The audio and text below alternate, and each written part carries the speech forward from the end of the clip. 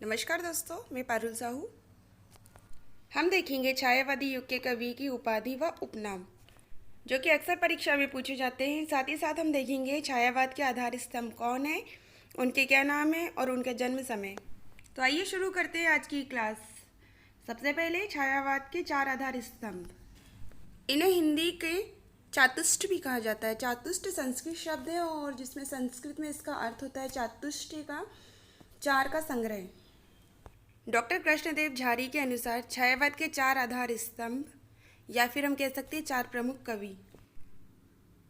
इसमें सबसे पहले नाम आता है जयशंकर प्रसाद जी का, फिर सूर्यकांत त्रिपाठी निराला, सुमित्रानंदन पंत और महादेवी वर्मा।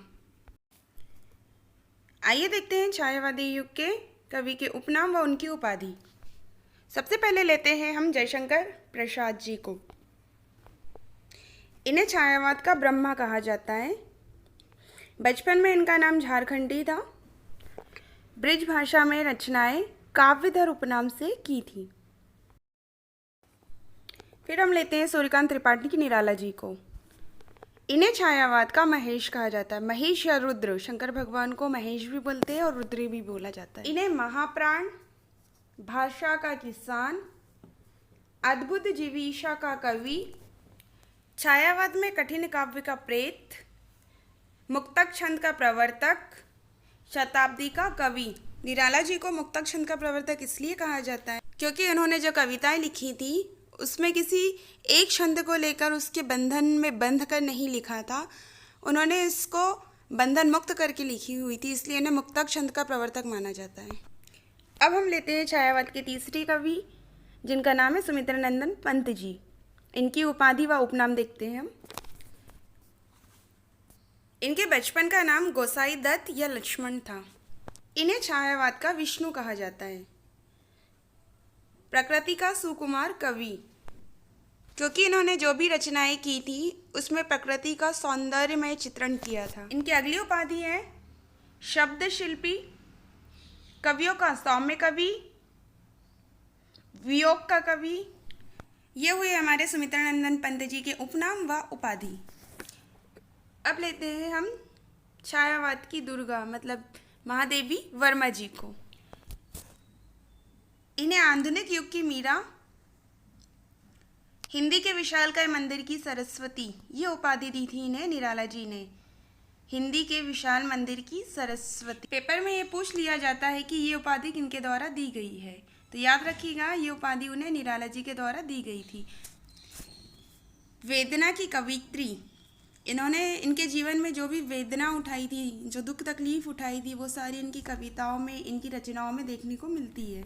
और सबसे महत्वपूर्ण है छायावाद की दुर्गा या फिर हम शक्ति भी कहते हैं। दुर्गा और शक्ति ये दोनों ही नाम महादेवी वर्मा जी के लिए उपयोग किया जाता है।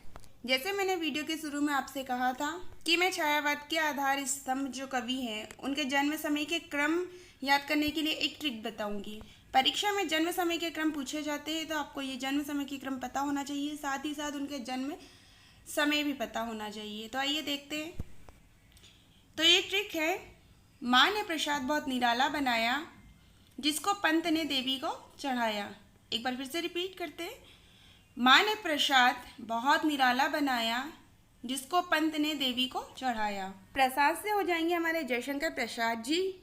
निराला बनाया तो निराला से सूर्यकांत त्रिपाठी निराला, पंत से सुमित्रानंदन पंत जी, और आखिरी में था देवी को चढ़ाया, तो देवी से हो जाएंगी हमारी महादेवी वर्मा जी। देखिए सबसे आसान तरीका है कि आपको जो भी आप याद कर रहे हैं ट्रिक से याद करिए। रटोगे, रट्टा मारोगे, बिल्कुल याद नहीं होगा और भूल जाओगे। अगर आप ये जन्म समय के क्रम के लिए कुछ और भी ट्रिक बनाते हैं तो प्लीज़ मुझे कमेंट करके बताइएगा। आप अपनी खुद की भी ट्रिक बना सकते हैं, पर ट्रिक के साथ पढ़िए, रटिए मत। अगर आपको ये क्लास पसंद आती है तो प्लीज़ लाइक करिए, शेयर कीजिए और सब्सक्राइब कीजिए। ये था मेरा पहला वीडियो जो कवि के उपनाम व उपाधि के लिए बनाया था। इसके बाद मैं और भी वीडियो इस पर बनाने वाली हूँ, जिसमें आदिकाल, भक्तिकाल, आधुनिक काल सारे कवियों के नाम, उपनाम व उनकी उपाधि आपको ज़रूर बताऊँगी। तो मेरे चैनल को सब्सक्राइब कर लीजिए और बेल आइकॉन पर क्लिक करना ना भूलिए, जिससे सारी नोटिफिकेशन आपको मिलते रहे। धन्यवाद। जय हिंद, जय भारत।